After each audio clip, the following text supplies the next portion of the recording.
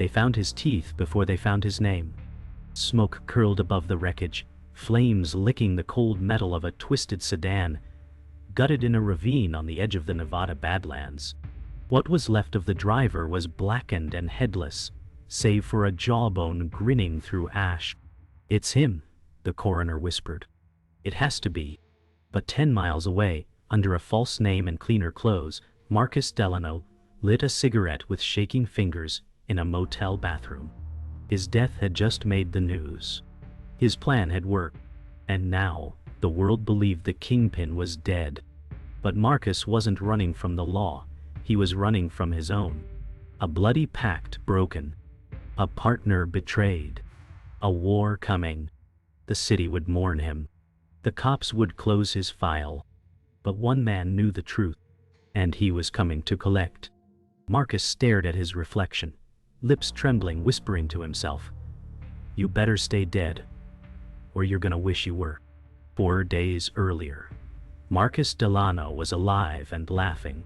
A penthouse party roared around him, brass jazz bleeding through velvet curtains, women in flapper gowns dancing with gangsters in slick suits.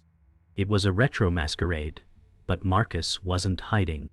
He was the king, the boss, the untouchable. With a drink in hand and gold rings on every finger, he toasted the room, saying, "To loyalty, and the price of breaking it." They cheered, not knowing the betrayal was already in the room. Across the hall in a quiet office, his lieutenant Ramon was whispering on a burner phone. "He doesn't know yet. Tonight's the night." And outside, 2 unmarked cars waited.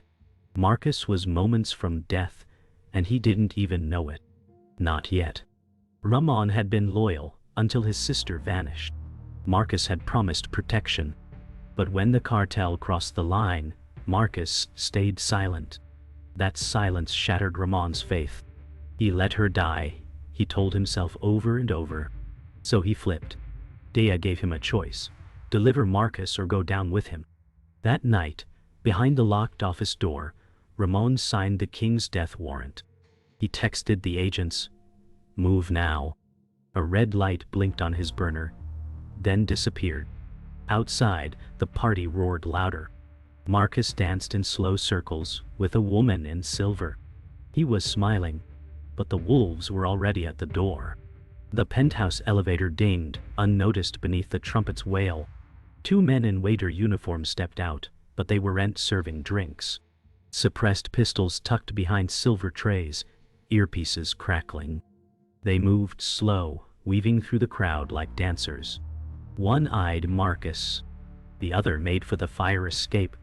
Upstairs, Ramon locked the office door behind him. "Forgive me," he whispered, though no one could hear. Marcus laughed and raised his glass again, just as one of the men drew his weapon. But then, chaos. Someone screamed. A tray dropped. Marcus turned and saw the glint of metal. Gunshots followed. The first bullet missed. The second didn't. It tore through Marcus' shoulder, spinning him against a marble pillar. Blood sprayed across a white suit. Screams erupted. Tables flipped. The agents rushed forward, but Marcus didn't fall. He ran. Adrenaline made him savage. He knocked over a wine cart, glass shattering beneath his feet, then dove through a side door. Ramon heard the commotion too late. By the time he reached the corridor, Marcus was gone. And by dawn, so was his name. Before Marcus became a kingpin, he was just a kid with dirt on his shoes and hunger in his eyes.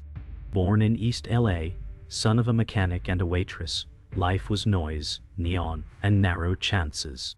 He watched his father bleed to death on their garage floor, robbery gone bad. His mother cleaned motel rooms and cried herself to sleep. At 15, Marcus swore he'd never die poor. He started small, boosted cars, ran pills, earned respect, one broken rib at a time. But it was his brain that made him dangerous. He could plan 5 moves ahead while others were still picking a target. By 26, he wasn't just feared, he was needed. "Delano can fix anything," they'd whisper. But what no one saw was the boy inside, still staring at that blood-soaked floor, still remembering the scream his mother made that night. Years later, he met her. Lila, a bartender with wildfire in her laugh and bruises she didn't explain. She didn't flinch when he lied. She didn't cry when he killed. "You're better than all of them," she used to whisper. And for a moment he believed her. Lila was the soft in his steel, the pause in his trigger finger. They hid in her apartment, above a laundromat that reeked of bleach and dreams. There he was, just Marcus, not Delano. Not the name feared on the street. But love doesn't shield blood. One night, she didn't come home. And when he found her, eyes open, cold, pulse gone, the only thing left was a black rose on the bed. A calling card. He never found who left it. But he never slept in that apartment again. After Lila, Marcus buried his heart in concrete. No attachments. No distractions. Only business. He rose fast, built empires from debt and desperation. His rivals disappeared. His crew swore by him. But he never forgave the world. He kept Lila's rose in a glass box beside his bed, as a reminder. He built loyalty through fear. "You cross me, you vanish," he'd say, and no one doubted it. The man who once dreamed of escaping poverty now had private jets, a fleet of lawyers, and a wake of bodies behind him. But he slept with a gun on his chest and voices in his head. Every empire comes with ghosts. And Marcus had built his on top of a graveyard. Then came Ramon, a street-level enforcer with ambition and pain etched into every step. Marcus saw himself in the younger man, took him in, trained him, protected him, called him brother. Ramon was family, not by blood, but by fire. They fought together, bled together. When Ramon's sister went missing, Marcus promised, "I'll find her." But when that promise died, so did something between them. Ramon stopped laughing. He stopped drinking. He started to watch Marcus like a man watching the end of something. And Marcus, he noticed. But he did nothing. Because love, he'd learned, always rotted from the inside first. In the end, it wasn't bullets or betrayal that broke Marcus, it was silence. The silence of that night. Lila never came home. The silence between him and Ramon. The silence in every room he ruled. Kings don't weep. But when the lights went out, Marcus would sit alone, in million-dollar rooms, whispering names like prayers. Lila, Ramon. His father. Ghosts. All of them. And now, with the world thinking him dead, Marcus had a choice: vanish forever, or rise from the ashes and face the blood he left behind. In that motel mirror, he didn't see a survivor. He saw a man running from the screams that never stopped. Marcus wasn't dead, but he might as well have been. The motel became his coffin, curtains closed, mirrors covered, phone stripped of a SIM. He watched the world mourn him through a flickering TV screen. Candlelight vigils. News anchors calling him a criminal genius. Old friends crying on camera. Liars, all of them.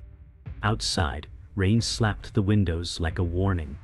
Inside, Marcus sketched a map on the back of a takeout menu. 3 names circled in red. 3 people who knew too much. One of them was still loyal. The other 2? Unknown. He had no empire now. No soldiers. Just shadows. But Marcus had always worked best in the dark. "Time to clean house," he muttered, loading the last bullet into a rusted revolver. The gun clicked shut. The king was rising from the grave. The first stop was Rico. Old associate. Mid-level muscle turned nightclub manager. Marcus arrived at dawn, dressed like a ghost. Hood low, beard grown. Rico didn't recognize him at first. But when he did, the color drained from his face. "You're supposed to be dead," Rico whispered. Marcus smiled without warmth. Then, "This must be a dream." Rico stammered, reaching beneath the counter. Too slow. Marcus slammed him against the ice machine. Who sold me out? He asked. Rico choked. I swear I didn't. Crack. A bottle shattered against the wall. Marcus leaned close, voice like gravel. You've got one chance to speak. Lie again, and you die dreaming. Rico finally gave a name. And Marcus walked out before the sun fully rose. The second name was Candace Rivera. Lawyer, that he means. Brilliant. Wah. Ruthless. Once Marcus's legal shield, now a ghost in corporate silk. She ran a boutique firm in the financial district, protected by glass and passwords. Marcus slipped past both. He waited in her office chair, spinning slowly as she entered. Jesus Christ, she gasped. You're dead? Not quite. Her hand twitched toward her purse. He shook his head. Don't. Silence swallowed the room. Then he asked, Why'd you burn me? Her voice cracked. I didn't. Ramon came to me after the raid. He said you were unstable, said you'd gone rogue. Marcus stood slowly. And you believed him? No, she said. I just stopped caring. He left her office untouched. But behind him, her hands trembled like leaves in winter. By nightfall, the storm had reached the street. Marcus moved through back alleys like a rumor, soaked in rain, invisible in rage. He made it to Ramon's safe house, a warehouse lit by generators and guarded by fools. The first went down with a pipe, the second with a whisper. Inside, Ramon sat at a table, loading a pistol, listening to old music through static speakers. When Marcus entered, Ramon didn't flinch. He turned, said nothing, just stared. The silence between them stretched, thick with memory and betrayal. I taught you everything, Marcus said. And I trusted you, Ramon replied. The pistol lay between them. One step closer, and the war would reignite. They didn't shoot. Not yet. Instead, they talked like old soldiers remembering a lost war. You let them take Lila, Ramon said. You let her die. Marcus didn't deny it. He just nodded. And you tried to kill me for it? No, Ramon replied. I tried to survive you. The air between them crackled like thunder. The storm outside mirrored the one inside. Then, Marcus did something unexpected. He sat down. Let's finish it. Here. Now. The pistol still lay on the table. Both men reached for it. Fingers touched. But only one hand closed around the grip. A single breath passed. And then, darkness. The screen cuts to black. The gun didn't fire. Ramon pulled back. I didn't come here to die, he said. Marcus stared at him, waiting. Ramon slid the weapon across the table. But someone else wants you gone. Bad. Marcus frowned. You were working for someone? Ramon nodded. I thought I was cleaning up your mess, but I was just part of it.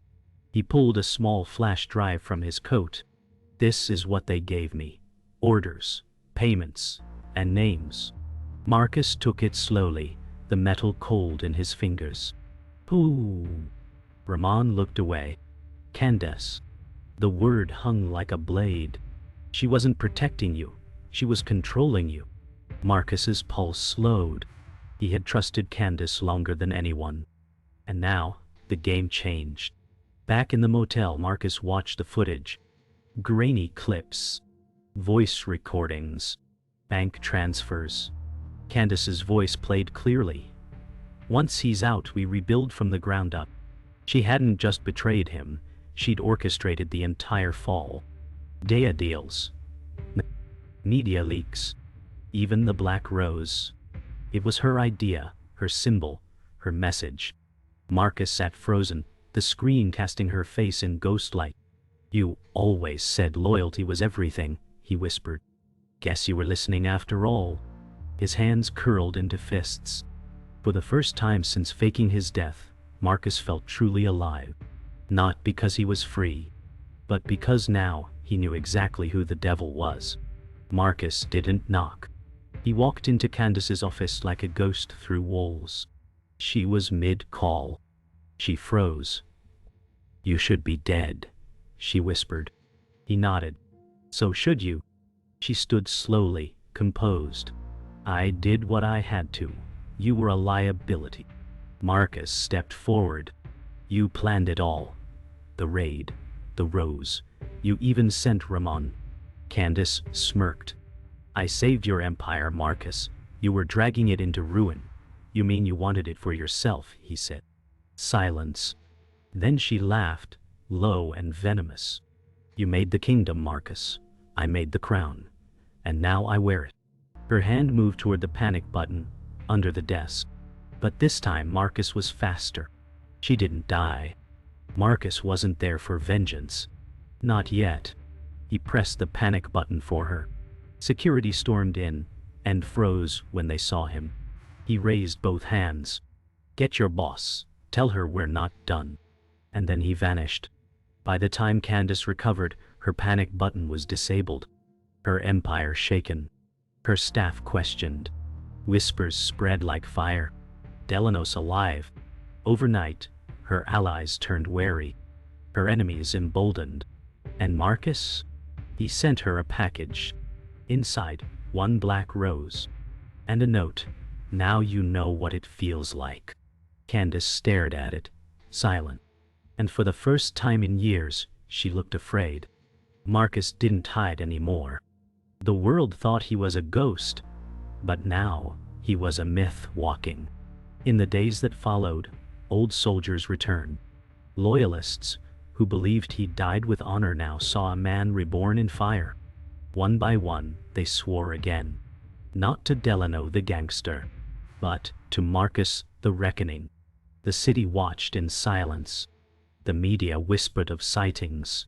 Candace doubled her security. Ramon disappeared. And Marcus? He walked the old streets unarmed, unafraid. His eyes cold. His voice quiet. His war no longer about empires. It was about truth. And the price of betrayal. They tried to bury me, he muttered. Didn't know I was a seed. It began with a broadcast. A video leaked online. Marcus, alive, speaking directly to the camera. You lied to bury me. Now I bury your truth. Behind him, ledgers, names, bank transfers, dirty lawmen, entire syndicates exposed in real time. Candace's empire trembled. Politicians scrambled. The streets boiled. This isn't revenge, Marcus said. It's resurrection. Within hours, safe houses were raided. Corrupt cops disappeared. A judge resigned live on TV. The ghost had gone public, and the city screamed. In a single night, Marcus destroyed the power structure built on his silence. The Kingpin hadn't returned to reclaim the throne. He returned to burn it down. Candace hit back. She called in debts, summoned mercenaries, tried to plug holes with blood. Her offices turned into bunkers. The media painted her as the betrayed queen. But Marcus was always ahead. He leaked her private calls. Her deal with the feds. Her silence on murders she'd orchestrated. The mask cracked. Public sympathy turned to suspicion. One night, her car exploded, too early. A warning, might have said it. Not from Marcus, but from her own men. You're costing us now, one of them told her. You promised control. And in the dark, she realized something terrifying. Marcus wasn't coming to negotiate. He was coming to end her. Ramon reappeared. In a church. Empty pews. Stained glass glowing with early dawn light. Marcus entered quietly, steps echoing. Ramon sat at the altar, pistol on the bench, hands folded. I never stopped watching, he said. But I couldn't stop her.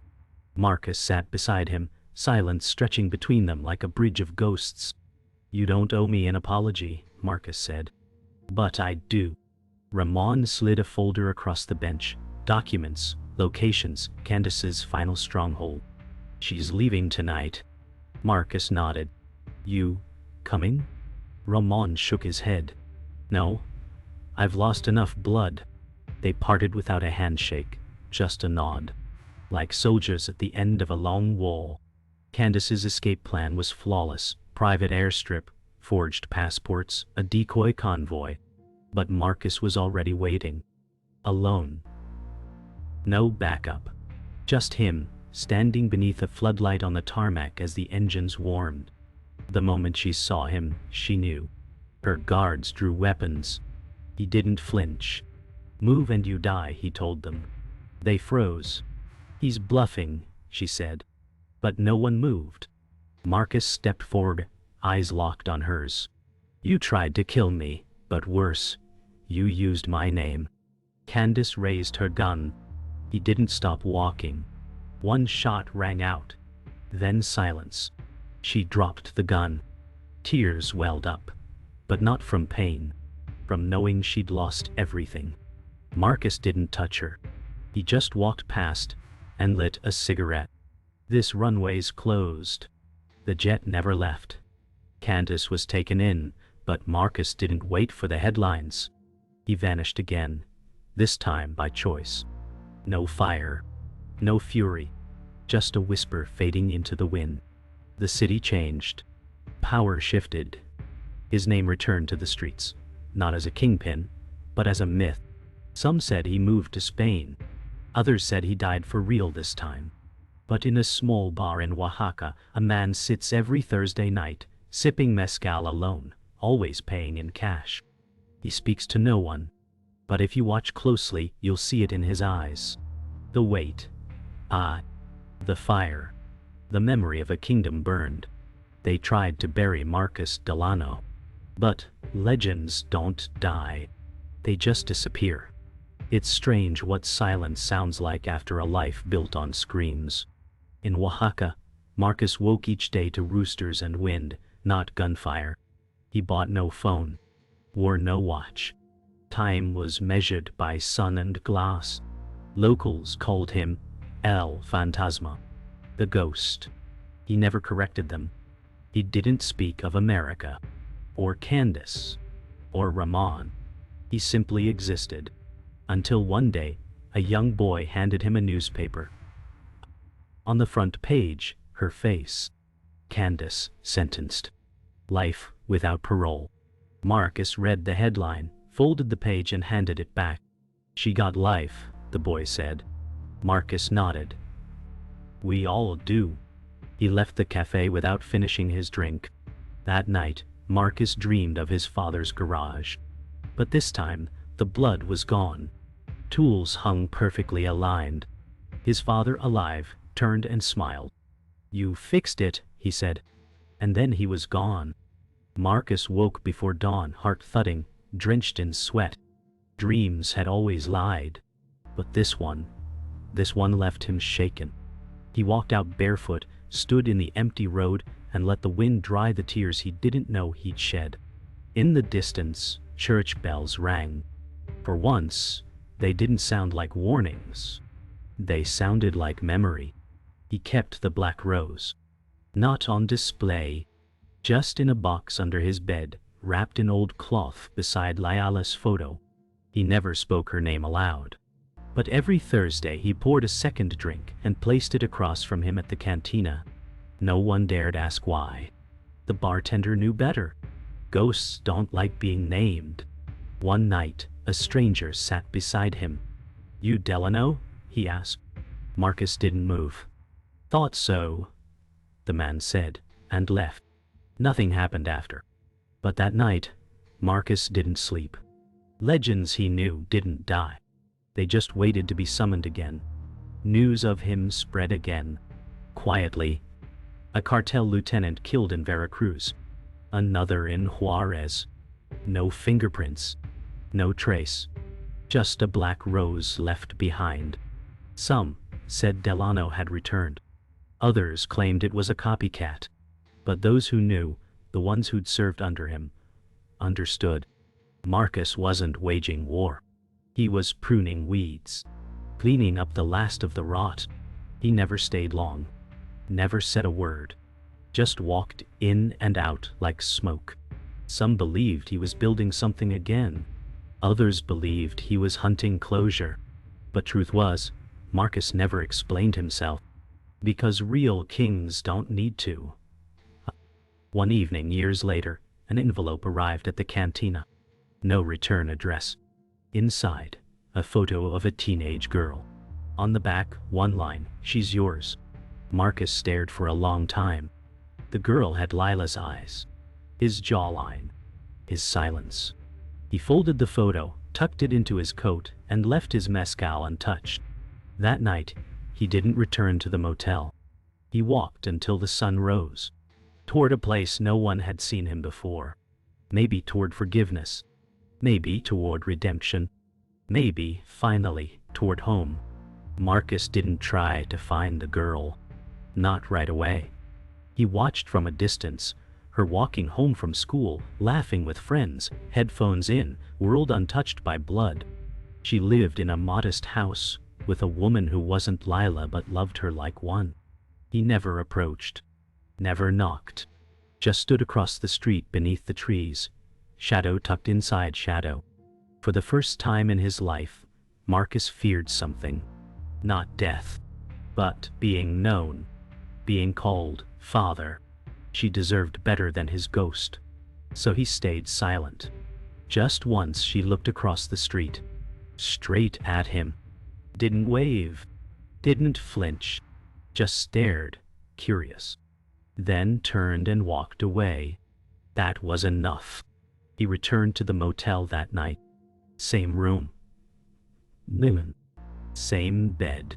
Same mirror with a crack down the center. But now, the man staring back looked different. Worn. One. Quieter. Not softer, but no longer chasing shadows. He reached into his coat, pulled out the folded photo, and placed it next to the black rose box. 2 anchors. 2 weights. 1 past. 1 possible future. "You can't outrun it forever," he whispered. Not to anyone. Just to the room. Maybe to himself. Maybe to Lila. Maybe to the man he used to be. Then he turned off the light and listened to the silence. For once, it didn't feel like punishment. Somewhere in LA, a new Kingpin rose. Young. Loud. Ruthless. A headline declared him the new Delano. But the real one was watching from across the border, a cigarette burning slow in his hand. He smiled, just slightly. Not from pride. From understanding. Everything repeats. Names change. Faces blur. The hunger stays. He never spoke publicly again. Never claimed the myth. Legends don't need to roar. They just need to survive long enough to be remembered. Marcus Delano was no longer a man. He was a ghost with a pulse. And the world would never fully believe he was gone. That's how he won. The cantina stayed open. Every Thursday, his table waited, 2 glasses, always. Locals whispered legends to tourists, that El Fantasma had once ruled a city with a glance, that he vanished into fire and walked back out untouched. Some said he was an angel. Others, a demon. But the truth sat in silence each week, drinking slowly, listening to the same song Lila loved. He never danced. Never spoke more than a word. But if you looked into his eyes, you'd see everything. Wars, ghosts, love, and silence. The kind of silence you earn. The kind that costs everything. They say there's no retirement plan for ghosts. Marcus Delano proved them right. He didn't vanish in gunfire. Didn't fall in a blaze. He simply stopped appearing. One day, the table was empty. The rose box gone. No note. No farewell. Just silence. But every now and then, a new rose appears on old graves. A child grows into a woman. A name whispered in cartel circles still sparks fear. And somewhere, beneath a different sky, a man watches. A man with hands scarred by the empire he built and burned. His story didn't end. It disappeared. Because legends never die. They just learn to whisper